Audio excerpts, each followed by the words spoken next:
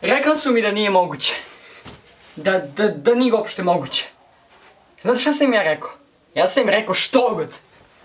Štogod. Srećan Božić, svima koji slave Božić. I Hanuka, Hanuka. I Kvanza i sve vam srećno. Ali meni je rečeno da nije moguće. Ja sam se plašio i bojao se da stvarno nije moguće. Da zapravo možda ipak nije moguće. Možda ipak nije moguće, ali onda sam rekao jeste. Jeste. Možda neki pitaju ko ti je Marko rekao da nije moguće. Ja ću vam samo reći ne znam. Ne znam. Ali kao što mi moj Barney sa knjige... Ali kao što me moj Barney iz serije How I Met Your Mother naučio da je moguće smuvati pijenu devojku u baru u 2 sata uveče, odnosno ujutru. This, my friends, is the playbook. The playbook contains every scam, con, gambit, flim-flam, stratagem, and bamboozle I've ever used or ever hope to use to pick up chicks and give them the business. Onda je ovo moguće. Znači, da li možemo stignemo do 10.000 subscribera do nove godine?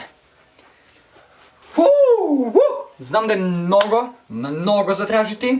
Znači, bukvalno previše. Neki bi rekli šta tražiš to, ti si lud. A ja ću im kažem jesam. Jesam, lud sam.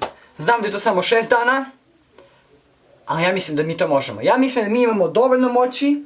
Tako da želim da vas zamolim da lajkujete ovaj video i da ga šerite svuda. Znači, nebitno da li ga lajkujete, da li ga dislajkujete. Šerite ga svuda. Svuda, svima pokažite. Znači, znam da mi je ovo najgluplji mogući ikada video do sada na kanalu. Pogledajte ostale klipove. Ali ovo je bitno. Ovo želim da pokažem. Da mi ovo možemo. Ja mislim, ja verujem vas. Previše ću mi sada. Evo, raspikut ću se. Ne, neću. Nisam ali, nema veze.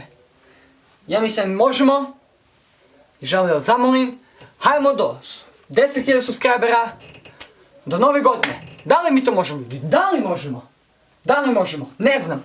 Ne znam. Ali mislim da ipak možemo. Odoh ja sada.